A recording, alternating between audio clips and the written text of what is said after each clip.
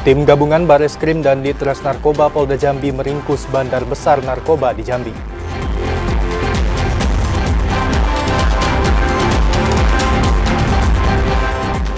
Kasus perampokan dan pembunuhan sopir travel asal Tanjung Jabung Barat dilimpahkan ke Polda Jambi.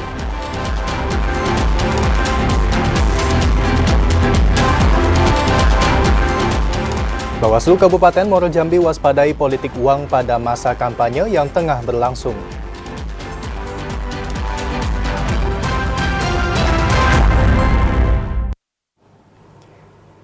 Assalamualaikum warahmatullahi wabarakatuh. Senang sekali bisa kembali berjumpa dengan Anda dalam Jambi hari ini, edisi Jumat 11 Oktober 2024. Ya, selain 3 topik utama tadi, tim redaksi kami juga telah menyiapkan sejumlah informasi penting dan menarik lainnya untuk Anda.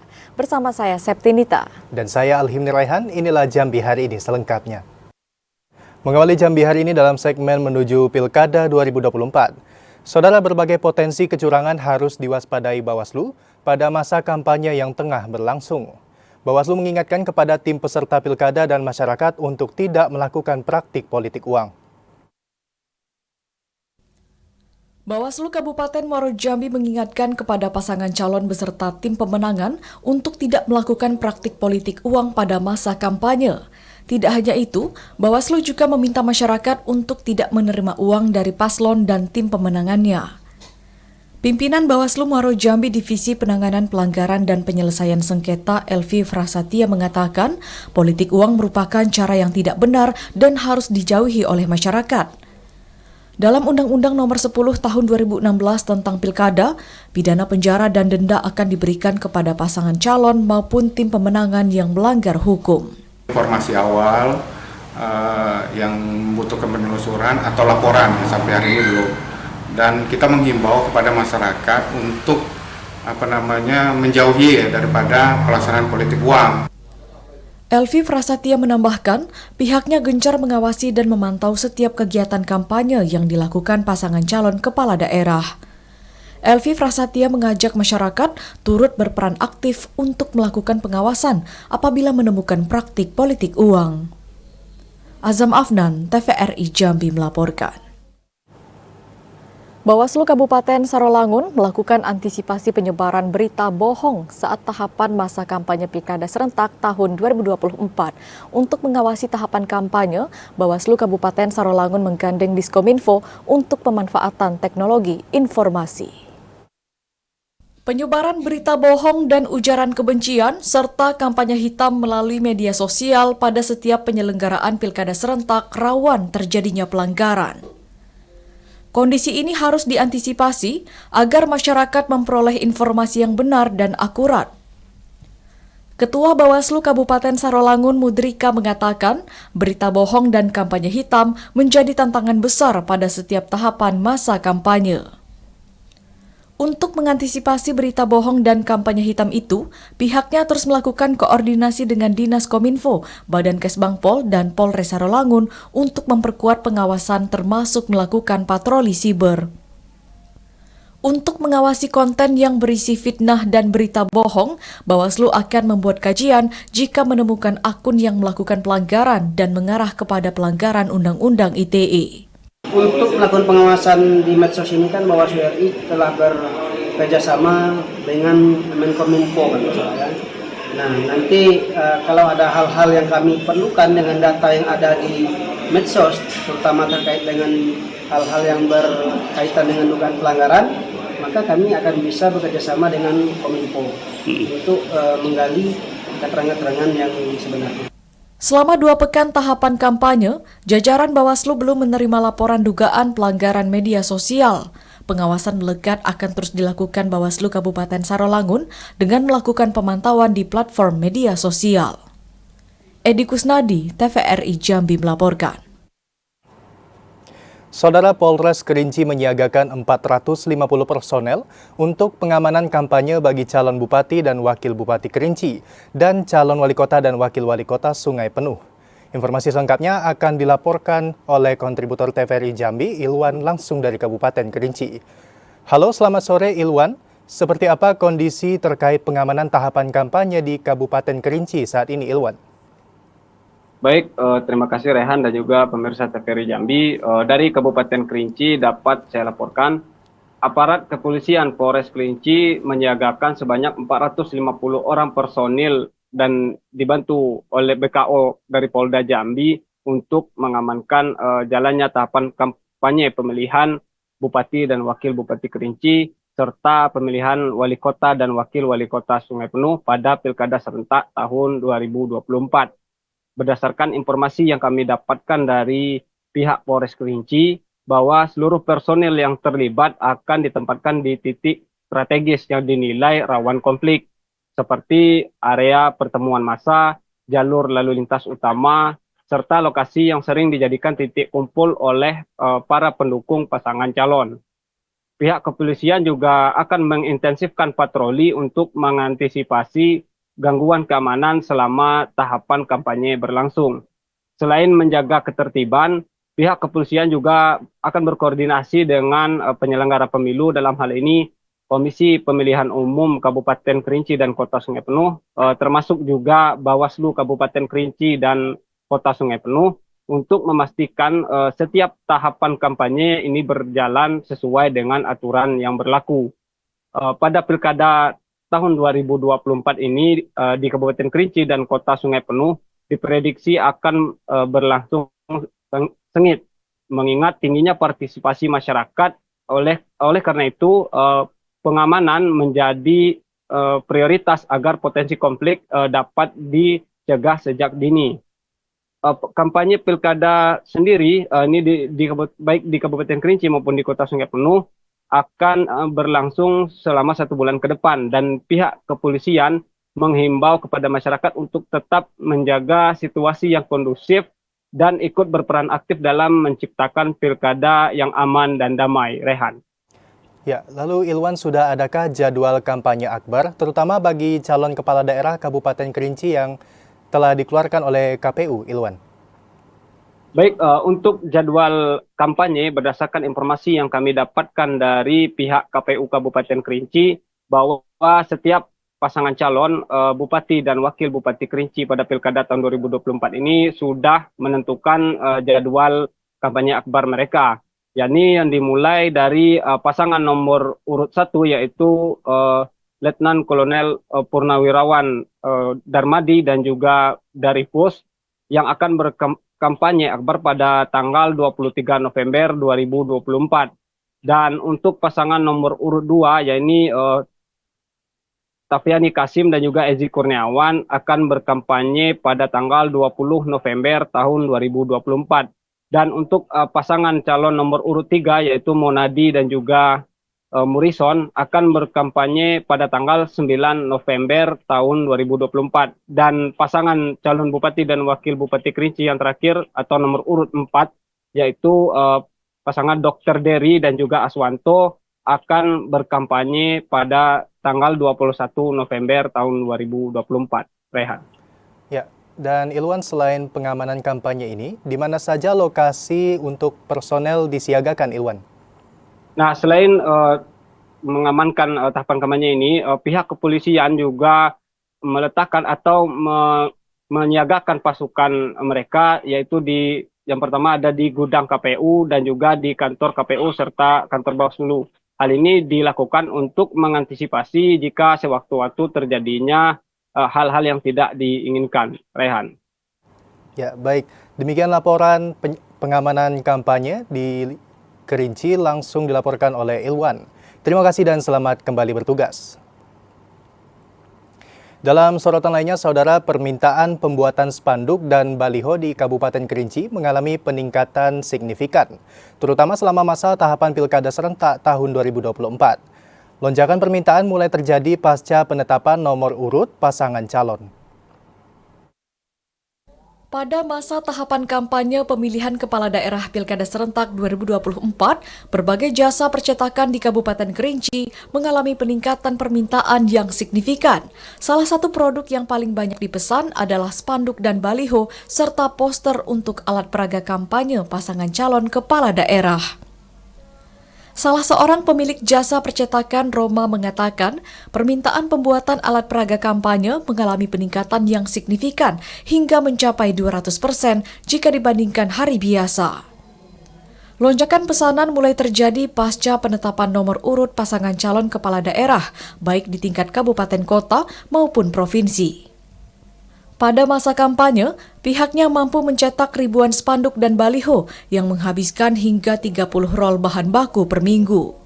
Sedangkan di hari biasa, hanya menghabiskan 10 rol bahan baku per bulan dengan harga jual yang berada di kisaran 30 hingga 35 ribu rupiah per meter spanduk dan baliho.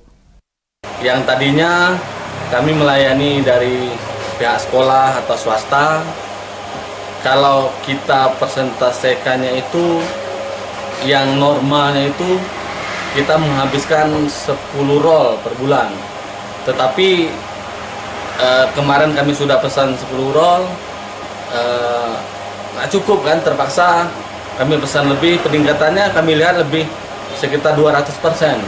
Di sini kami banyak menerima orderan baik dari calon gubernur Jambi maupun dari calon wali kota ataupun calon Bupati Kerinci untuk APK yang akan digunakan untuk masa kampanye ini.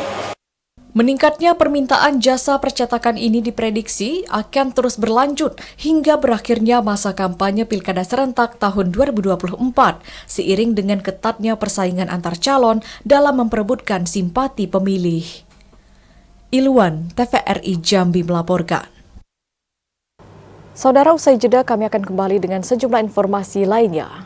Di antaranya peredaran uang palsu di Kota Jambi mulai meresahkan pedagang kelontong. Tetaplah bersama kami.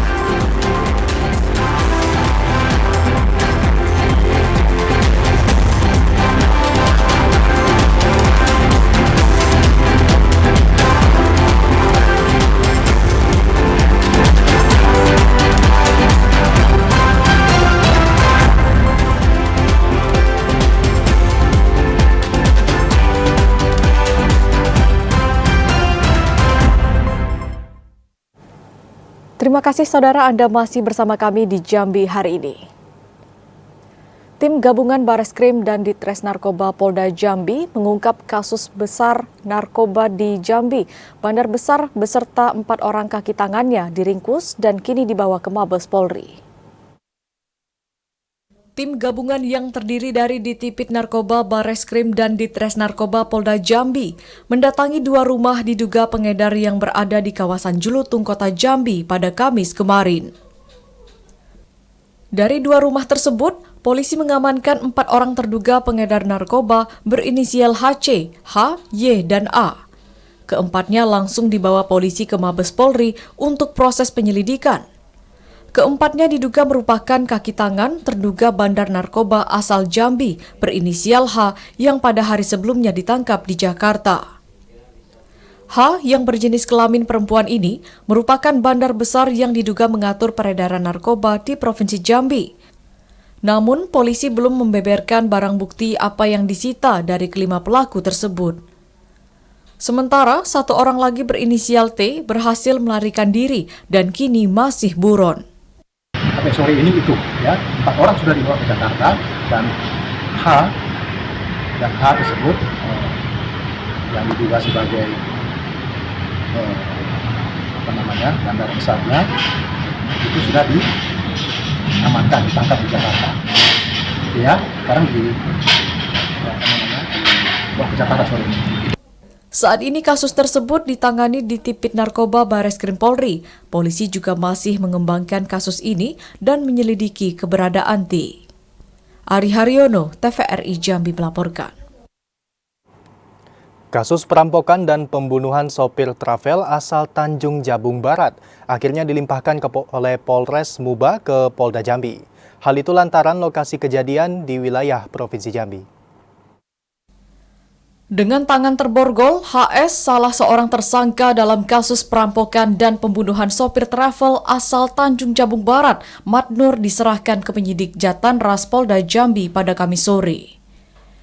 Kasus tersebut kini ditangani Polda Jambi setelah sempat diproses oleh Polsek Bayung Lencir dan Polres Muba. Berdasarkan hasil prarekonstruksi, diketahui Pak Nur dieksekusi para pelaku di depan rumah Dinas Wali Kota Jambi sebelum mayatnya dibuang di wilayah Bayung Lencir. Direktur Reserse Kriminal Umum Polda Jambi Kombes Pol Andri Ananta Yudhistira mengatakan pihaknya kini masih mendalami berkas perkaranya pasca dilimpahkan. Hari ini telah dilimpahkan satu tersangka atas nama Saudara H, kemudian dengan 3 barang bukti yang sudah ditemukan oleh tim gabungan. Jadi sekarang sudah ditangani oleh Polda Jambi. Apa rencana dari Polda Jambi, Direktorat Reserse Kriminal Umum? Kami akan melaksanakan penetapan terhadap 2 tersangka. Sementara untuk kedua pelaku lainnya berinisial MI dan AT masih dalam pengejaran. Ari Haryodo, TVRI Jambi melaporkan. Peredaran uang palsu di wilayah kota Jambi mulai meresahkan pedagang kelontong. Kesaksian pedagang, para pelaku sengaja menyasar toko kelontong yang ramai karena minimnya pengawasan. Inilah uang palsu nominal Rp100.000 yang ditemukan Ali Harahap, salah seorang pedagang kelontong di kawasan Jambi Timur, kota Jambi, belum lama ini. 2 lembar uang palsu ini ditemukan setelah bertransaksi oleh pembeli. Meski memiliki warna dan bentuk yang sama, namun ukuran uang palsu yang ditemukan ini lebih kecil dari uang asli. Menurut Ali, saat ini peredaran uang palsu mulai meresahkan pedagang kelontong. Pasalnya tidak hanya dirinya, toko kelontong milik saudaranya di daerah Palmerah dan Jambi Selatan juga menemukan pecahan uang palsu. Bahkan selama 7 bulan terakhir, hampir Rp1 juta jumlah uang palsu yang ditemukan olehnya dan saudaranya. Ali juga menjelaskan, dalam bertransaksi biasanya para pengedar menyasar ke pedagang kelontong yang ramai. Biasanya, uang palsu tersebut dilipat para pengedar untuk mengelabui para pedagang. Kalau di toko saya itu uang 5 ribuan, 20 sama 10, tapi karyawan saya. Nah kalau ini toko adik saya. Nah kata adik saya itu yang di Jalan Tuan Kalitan itu, kalau dia sebenarnya buka itu kalau dikumpulin bisa hampir 1 jutaan. Uang palsu. Meski sudah banyak menemukan uang palsu, ia enggan melapor ke polisi. Namun Ali Harahap berharap ada peran kepolisian dan Bank Indonesia dalam mengawasi peredaran uang palsu. Ari Haryono, TVRI Jambi melaporkan. Saudara, kerusakan jalan di Kebun Kopi, Kecamatan Jambi Selatan, Kota Jambi masih belum diperbaiki. Kondisi itu kerap menyebabkan terjadinya kemacetan dan rawan kecelakaan. Kondisi ruas jalan di kawasan Kebun Kopi, Kecamatan Jambi Selatan, Kota Jambi semakin rusak. Bahkan terdapat genangan air yang membuat jalan semakin rusak berat. Kondisi itu dikeluhkan oleh warga sekitar karena menyebabkan kemacetan dan rentan terjadi kecelakaan. Salah seorang warga sekitar, Eka, mengatakan kerusakan jalan ini telah terjadi sejak 2 tahun lalu dan tidak kunjung diperbaiki. Kalau bisa kan dibaiki, Bang. Kasihan juga lah berapa kali kecelakaan, tidak ada tanggapan dari pemerintah. Kan kalau bisa dibaiki, kalau bagus kan rakyat juga yang senang, Bang. Keluhan warga itu mendapat perhatian dari juru bicara Pemkot Jambi, Abu Bakar. Abu Bakar mengatakan pemerintah kota Jambi akan segera melakukan perbaikan kerusakan jalan di kawasan Kebun Kopi dalam waktu dekat. Bila ini kewenangan PU Provinsi, maka kita akan minta support dari PU Provinsi. Bila ini kewenangan PU Kota, maka sudah tentu akan diperbaiki oleh PU Kota. Sebelumnya, jalan tersebut sempat diperbaiki dengan menimbun batu kerikil, namun tidak berlangsung lama. Joko, TVRI Jambi melaporkan. Perkembangan harga berbagai komoditas pada September 2024 menunjukkan adanya kenaikan. Berdasarkan hasil pemantauan BPS Provinsi Jambi di 3 kabupaten kota, pada September 2024 terjadi inflasi years on years sebesar 1,95%. Perkembangan harga berbagai komoditas pada September 2024 menunjukkan adanya kenaikan. Berdasarkan hasil pemantauan BPS Provinsi Jambi di 3 kabupaten kota, pada September 2024 terjadi inflasi years on years sebesar 1,95%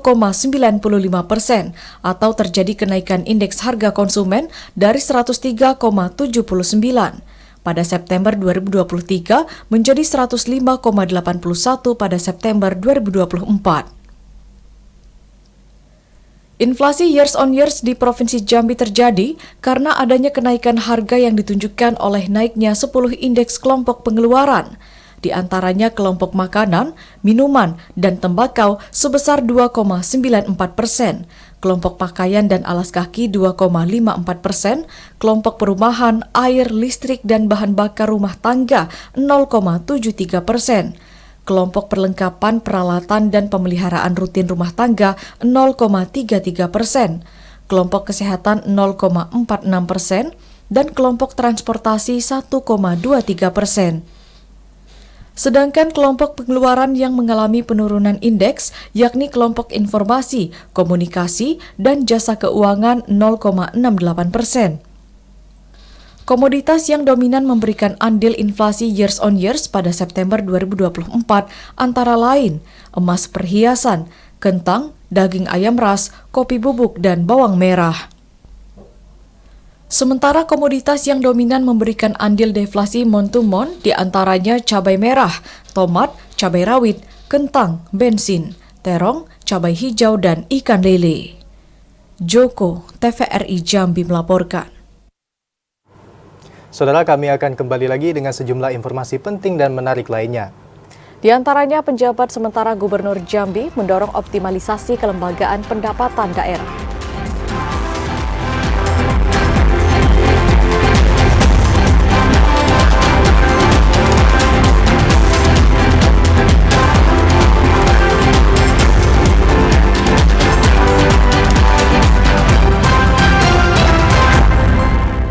Saudara, Anda kembali menyaksikan Jambi hari ini dalam segmen advertorial. Penjabat sementara Gubernur Jambi, Sudirman, memastikan komitmen pemerintah Provinsi Jambi untuk mewujudkan pertumbuhan ekonomi hijau di daerah.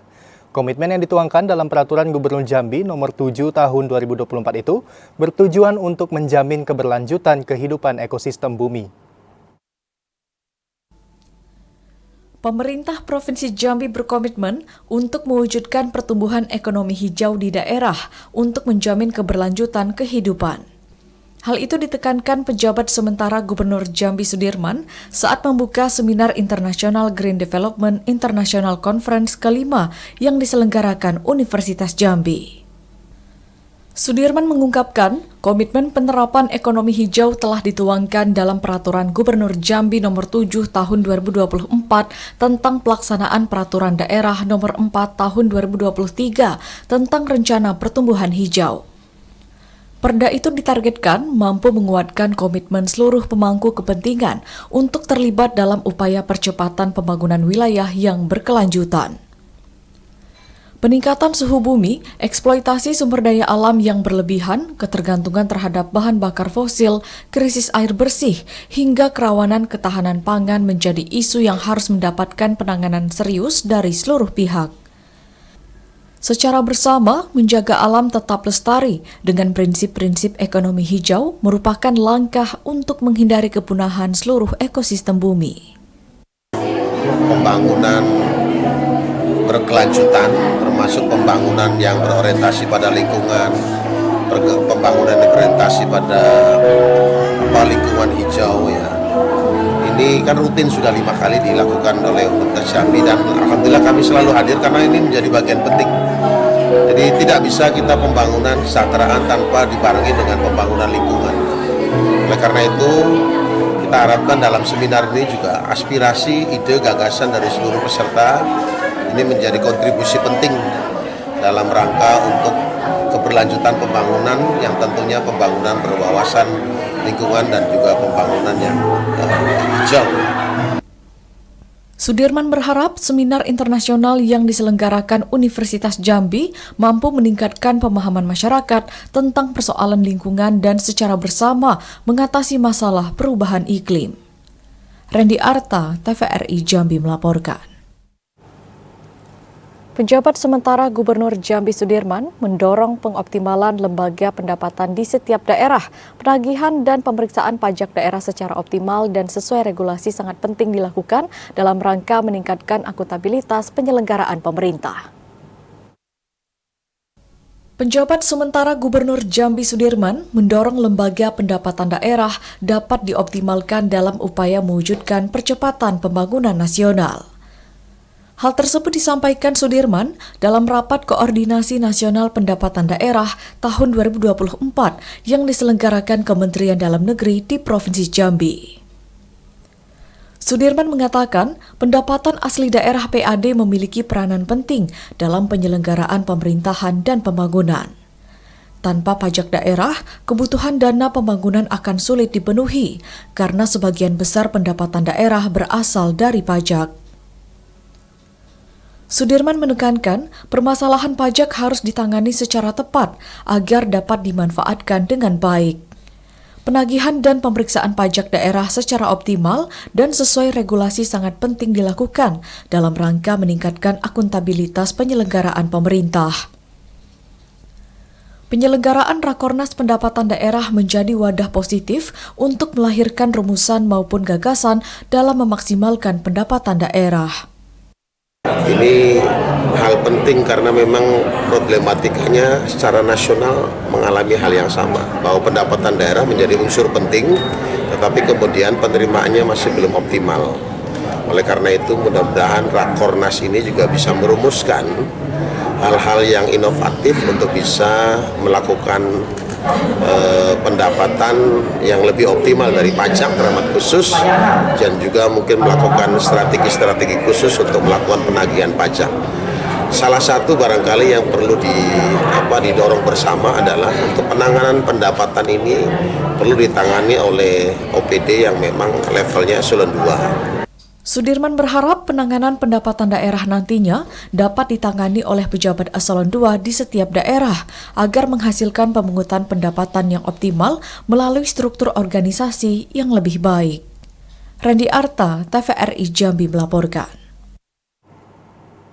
Dalam sorotan lainnya, Saudara, pemerintah Kabupaten Sarolangun menargetkan akan meningkatkan perlindungan jaminan sosial ketenagakerjaan bagi tenaga rentan dengan menaikkan universal coverage jaminan sosial dari 43% menjadi 56% dari seluruh tenaga kerja. Perlindungan jaminan sosial ketenagakerjaan bagi tenaga rentan menjadi komitmen pemerintah Kabupaten Sarolangun di akhir tahun 2024 ini. Melalui rencana delegasi, penjabat Bupati Sarolangun akan menargetkan serta mendaftarkan masyarakat di Kabupaten Sarolangun sebagai peserta BPJS Ketenagakerjaan. Komitmen ini dalam rangka melindungi masyarakat sebagai pekerja rentan kecelakaan kerja dan masyarakat dengan penghasilan kelas bawah.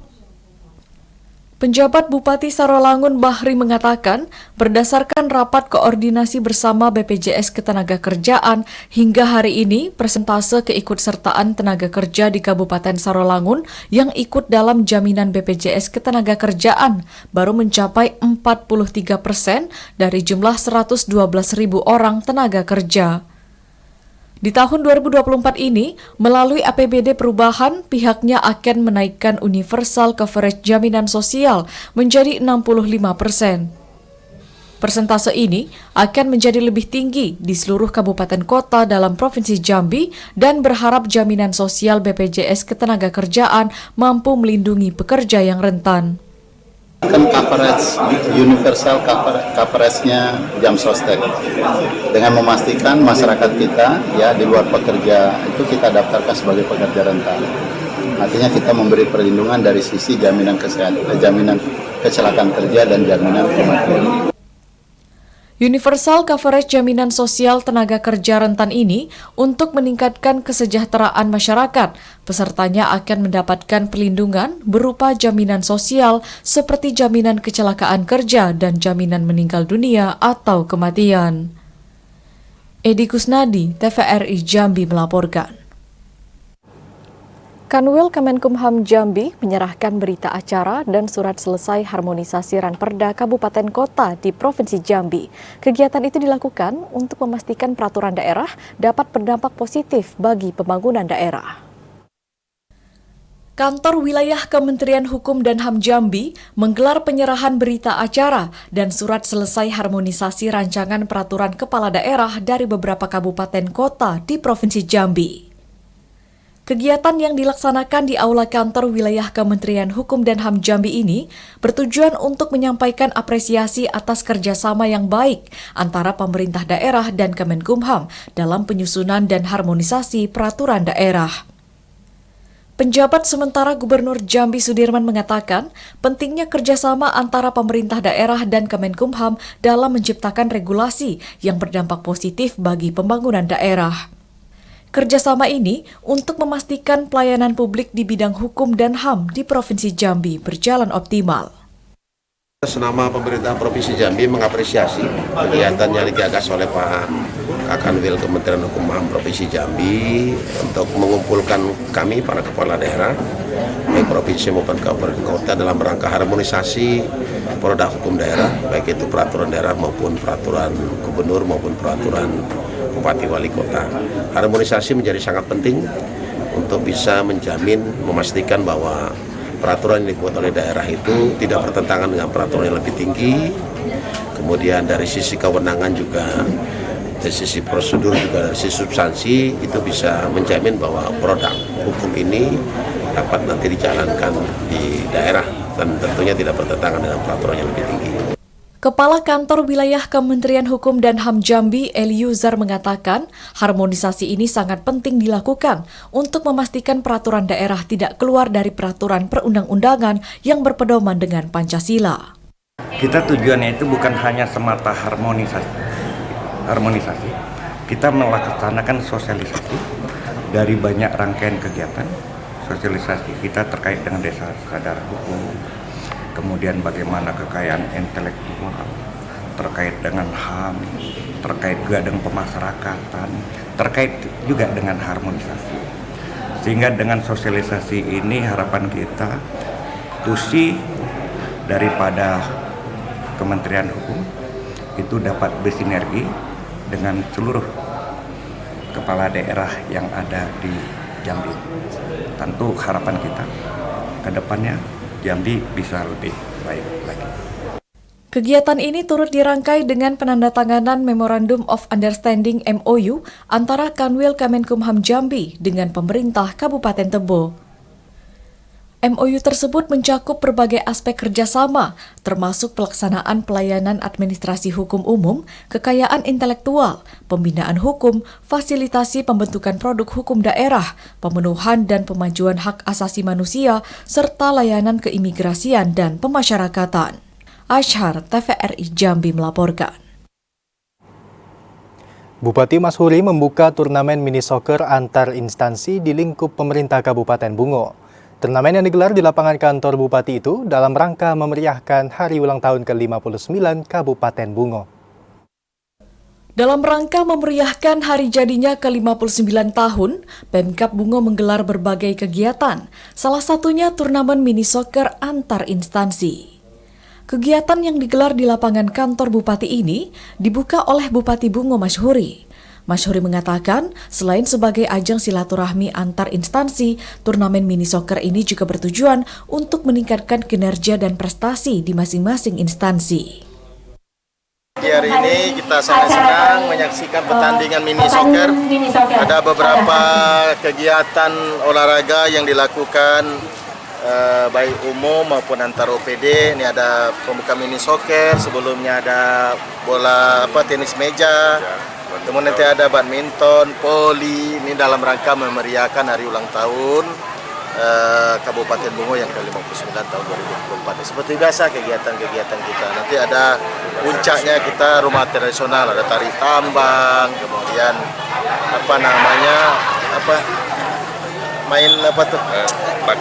bakia dan lain-lain. Kegiatan yang digelar setiap tahun ini diikuti 15 tim dari sejumlah instansi.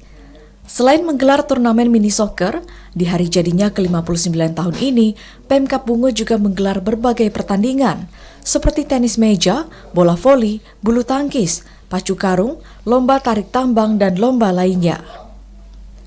HUT ke-59 Kabupaten Bungo pada tahun ini menjadi tahun terakhir kepemimpinan Masyhuri dan Syarifuddin Dwi Aprianto sebagai Bupati dan Wakil Bupati Kabupaten Bungo.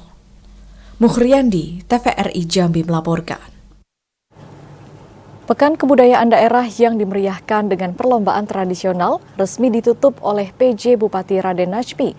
Raden Najmi berharap event kebudayaan ini dapat terus digelar untuk menumbuhkan rasa cinta generasi muda pada budaya.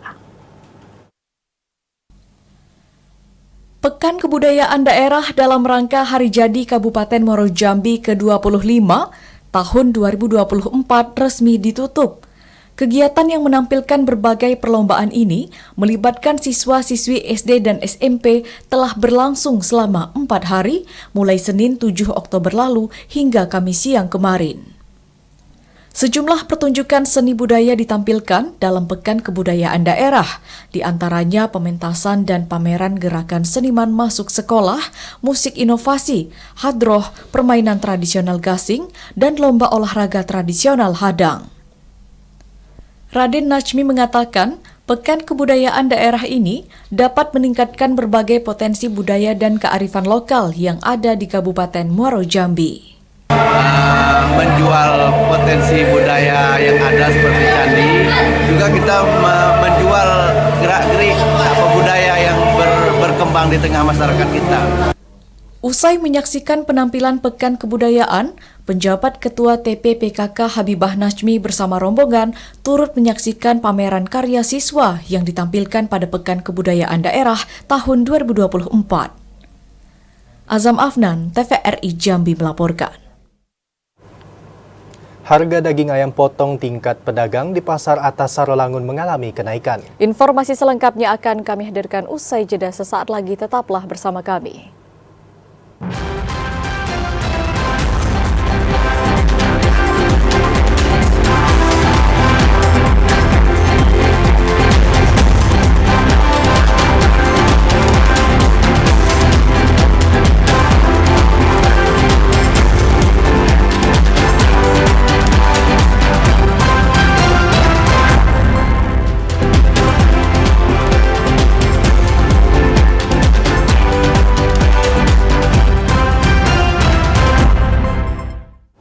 Terima kasih saudara, Anda masih bersama kami di Jambi hari ini. Harga daging ayam potong di tingkat pedagang di Pasar Atas Sarolangun mengalami kenaikan Rp2.000 per kilogram. Sebelumnya harga ayam potong dijual di harga Rp30.000 per kilogram, saat ini menjadi Rp32.000 per kilogram. Kenaikan harga ayam potong di tingkat pedagang di Pasar Atas Sarolangun terjadi dalam 1 hari terakhir. Sebelumnya, harga ayam potong dijual di harga Rp30.000 per kilogram. Saat ini menjadi Rp32.000 per kilogram. Salah seorang pedagang ayam potong, Novi, mengaku belum mengetahui penyebab kenaikan harga daging ayam potong. Kenaikan dan penurunan harga daging ayam potong tergantung dengan kebutuhan dan pasokan ayam potong. Jika permintaan daging ayam potong tinggi dan kebutuhan berkurang, maka harga jual akan mengalami kenaikan. 32, Bang. Naik ya? Naik, Bang. Kemarin 30, baru malam ini naik. Apa naik ini? Bang, Yom. Udah apa? Ini nih. Kalau biasanya Pak, kalau ayam naik tuh ayamnya kecil-kecil. Ini besar ayamnya Pak. Memang naik dari ini. Lah seminggu ya, apa baru naik? Baru 2 hari ini lah Pak. Novi dan pedagang ayam potong lainnya berharap agar ada intervensi pasar oleh pemerintah sehingga harga jual ayam potong kembali normal. Edi Kusnadi, TVRI Jambi melaporkan. Naiknya harga beras berdampak pada penjualan warung nasi di Kota Jambi, sehingga pedagang terpaksa mengurangi porsi untuk memperoleh keuntungan. Pedagang warung nasi di Kota Jambi mengeluhkan naiknya harga beras. Kondisi ini berdampak pada naiknya harga nasi maupun pengurangan jumlah porsi. Salah satu pedagang warung nasi, Elia, mengatakan pihaknya terpaksa mengurangi porsi nasi yang dijual setelah adanya kenaikan harga beras. Hal tersebut untuk menyesuaikan biaya pengeluaran agar tetap mendapat keuntungan. Saat ini harga beras premium kemasan 5 kg mencapai Rp73.000, sementara harga sebelumnya hanya Rp71.000 per 5 kg. Kita kan biasa yang 5 kilo itu sekitar 73 ribuan. Biasa itu sekitar harga 71 ribu. Ini ada kenaikan ya? Iya, naik. Sejak kapan nih? Sejak 2 bulanan lah. 2 bulanan. Iya. Diharapkan pemerintah dapat membantu pelaku UMKM dan masyarakat dalam menstabilkan harga beras. Kenaikan harga beras tidak hanya berpengaruh terhadap pelaku UMKM seperti rumah makan, namun juga masyarakat. Joko, TVRI Jambi melaporkan. Tidak hanya dikenal dengan keindahan pariwisatanya, Kota Sungai Penuh juga dikenal dengan kreativitas masyarakatnya dalam mengelola limbah menjadi barang berharga. Salah satunya usaha jamur tiram My Pendri di Talang Lindung, Kota Sungai Penuh. Selain dikenal dengan keindahan wisatanya, Kota Sungai Penuh juga dikenal dengan kreativitas masyarakatnya yang kreatif dalam mengelola limbah menjadi barang berharga, seperti usaha yang digeluti salah satu pelaku UMKM jamur tiram di Desa Talang Lindung, Kota Sungai Penuh. Usaha yang dimulai sejak tahun 2016 ini memanfaatkan limbah kayu kulit manis menjadi jamur tiram. Dalam pengolahannya, limbah kayu kulit manis dihancurkan hingga halus, kemudian dicampur dengan dedak dan dipanaskan selama 8 hingga 10 jam. Pelaku UMKM jamur tiram My Pendri mengatakan, dalam satu hari dirinya mampu menghasilkan 10 hingga 15 kg jamur. Dalam 1 kg, jamur tiram dijual dengan harga Rp25.000. Kita ingin memanfaatkan limbah, terutama limbah daripada kayu yang selama ini dibuang oleh masyarakat, kita manfaatkan untuk pembuatan jamur tiram. Ya, sehingga bisa menjadi untuk meningkatkan ekonomi kreatif di rumah tangga. Kemudian yang kedua, mungkin ini adalah pekerjaan-pekerjaan yang tidak membutuhkan tenaga yang terlalu besar, namun harus rutin, sehingga bisa untuk kegiatan daripada peningkatan ekonomi rumah tangga lah intinya. My Pendri berharap adanya perhatian dari pihak terkait untuk mendukung pelaku UMKM agar dapat mengembangkan usahanya. Fahlan, TVRI Jambi melaporkan. Ya, saudara, informasi tadi sekaligus menutup perjumpaan kita pada Jambi hari ini. Terima kasih atas perhatian dan kebersamaan Anda. Saya Alhimni Raihan. Dan saya Septinita bersama kerabat kerja yang bertugas undur diri. Wassalamualaikum warahmatullahi wabarakatuh dan sampai jumpa.